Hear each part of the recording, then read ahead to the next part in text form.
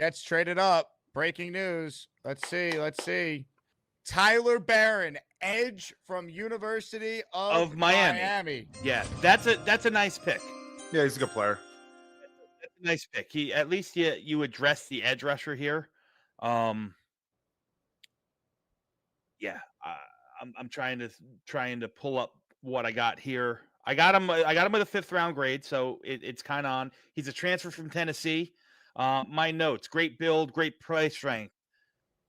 Barron has a real muscular frame, plays with good power, strong core, lower body, and he's tough to get off once he anchors. Good hands. He's a run defense guy. He's not a short, he's not a burst, twitchy kind of athlete. More of a defensive edge setter type on the end. I'm trying to see if I don't have. The Jets probably did some work with the linebacker Francisco, and then probably saw when they were looking at that tape, saw some Tyler Barron that they really liked. Trying to pull up his numbers here. Hang on one second. What did we trade, by the way? Do we have any picks left, or we're done now? Like, did they trade a player in this? Can we get Michael Clemens' ass off the team now? Yeah, he ran a 4.62 40. I'm looking up his numbers. That's good. 50 pressures last year, 10 sacks, 31% true win rate, pass rush win rate, and true pass sets. So, and the year before, 41 pressures with a 25% win rate and true pass sets. 25 stops, defensive stops, an 18% missed tackle rate last year. Not ideal. But he's got versatility. He can play inside and outside. He's probably the guy that they'll move inside to rush in those NASCAR packages when they need to go at the quarterback and probably stay home and really lock down in early downs against the run. He, like Mayanoa, were 2 Shrine Bowl guys that both stood out. So, you thinking this is a Steve Wilkes pick? Maybe this is someone Steve Wilkes has looked at, because Steve Wilkes likes those NASCAR sets on passing down. Yeah, I think more so this is a guy that can play opposite Jermaine in base. Yes. I think he might be an early down guy, because I don't know if they're going to see Will McDonald that way. Now, I could be wrong, but this is a guy that I think you can bring in, and that you're going to get some solid run defense from him. He's the frame that they like. 260 plus pounds. You got him. You needed to bring a defensive lineman in here. You needed to, and this is not a bad pick. This is fair. I don't know what they traded to get him. I got it.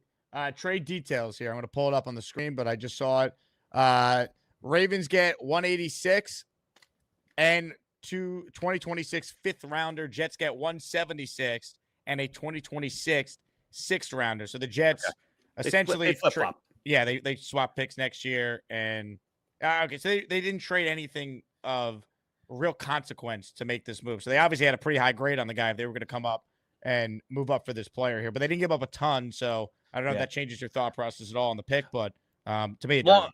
Long arms, 34-inch arms. But like I said, I think this is a guy that they're looking to possibly be part of the rotation on early sets. And, he's got some, although he doesn't have like those ideal twitchiness or that burst with that first step. He gets home. He does a lot with his motor. Think JFM, the way he got his sacks, right? He didn't flash by anybody, just constant motor, never quits. That's the kind of guy that, you could see this guy turning into. Good vert too, Dom. When you're 6'5" and your vert's almost 36 inches, that's pretty athletic there. So yeah, I like I said, 4.62 is really good for a guy that's 260 pounds. Really good, dude. Yeah, 4.62 is really good for a guy that's 60 pounds. He gets pressure. He just does it in like inconvenient ways. He's not going to bend and get to the outside shoulder of a tackle. He's probably going to go right through you. But this is Tom, what you just said though, and I know Jake, when we lost JFM, I knew you were kind of pissed about that. I think this is kind of their way of replacing a JFM or hopefully Michael Clemens. You kind of bring in an edge there that can play inside, and if you need to, can play outside, can stop the run, but also can get pressures. And he was at Tennessee before Miami, and he had 6 sacks last year at Tennessee, which is for the amount of games they play, it's a good number. So that's it for our draft class then, because they used the pick we had in the 6th in this deal to move up. What, like 8 spots it was? Like how many spots did they even move up? Let's pull up the trade detail here. They made this pick at 170. They moved up 10 spots. They moved up from 186. Flip a 5th for a 6th next year. Yep. If it's a guy that they liked and it was a guy that they wanted, at least they addressed the defensive line, for Christ's sakes. Needed to happen. You had to add someone. Now I prefer to DT, but maybe they have some confidence in some of the guys they signed in free agency, or maybe they'll add someone. I think they like Leonard Taylor, guys. I really think they like him. I think they're going to give him a shot to play a lot. And I like Leonard Taylor. I do. I'll be honest. They also now have 2 rounds to really work the phones and get their priority free agents in check. Now, I don't know. The question is, I don't know how many roster spots they have open. They should have every bottom of the roster spot open. No, well, I mean, I think it's 90 guys that you can bring into camp. So you can't just you can't take 12 undrafted, priority undrafted free agents if you don't have the spots on your 90-man roster. Well, some of their free agent signings were so like they signed backups to backups with some of these free agent signing moves. So like, to me, everyone should be on the table here. To put it in perspective, the last player they picked is edge. He's the 31st out of 31 ranked edge rushers in the Connor Rogers Badlands draft guide here. What's he ranked? 31st out of what? 31st out of 31. Dead last. He's the last one? He's the last one on their guide. And PFF had the receiver we drafted from Georgia, Smith. They had him as like their 49th out of 49th rated wide receiver. So I'm still calling this day 3 draft class the New York reaches, because if it just feels like that, well, maybe they end up being good as far as just value goes, whether it be Dom C's draft guide we referenced, Connor Rogers big board, PFF, Brugler. Feels like they reached with several of these choices here. They got 4. I think they got 4 really good picks. I think they got 3 really good picks in Membo Taylor and Malachi Moore. I think they got 1 steal in AZ Thomas. And then you got 2 real head scratchers in Arian Smith, where he was taken, and the Mawanoa kid. I just don't know enough about him, so I can't really offer him. And Barron feels like, listen, this is a depth piece. You needed to bring in another edge on the board. So I'm looking right now. It looks like with 7 draft picks and 75 players, they can 7 and 75. It looks like they can bring in 7 undrafted free agents. So they're going to start working the phones for them. So maybe they have some guys that, they're in contact with already to say, hey, listen, if you don't get drafted, come sign with us. We'll give you X. They could also trade back into the draft if they want. They could. Possible. So, but quarterback, Jake, I think I would have taken one. I would have taken one too. We got to wait till next year.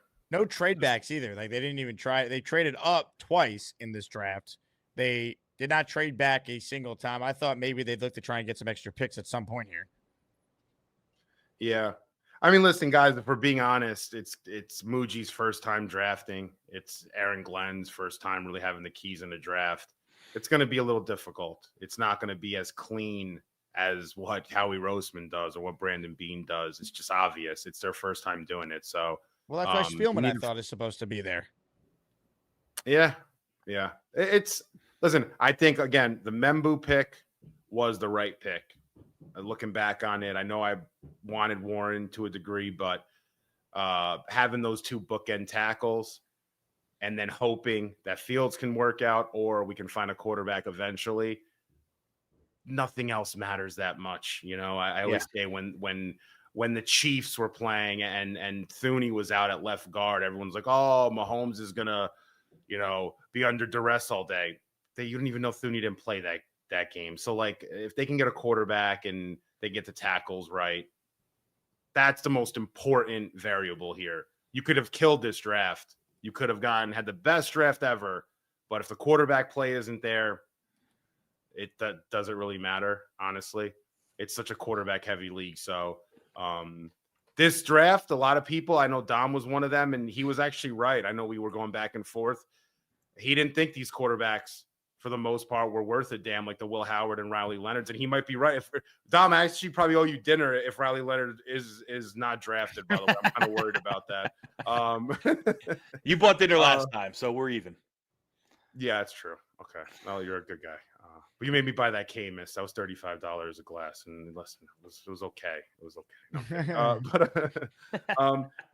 Hey, man, it is what it is. It's New York Jets football, baby. Yeah. We're back. Nothing like it. Nothing like it.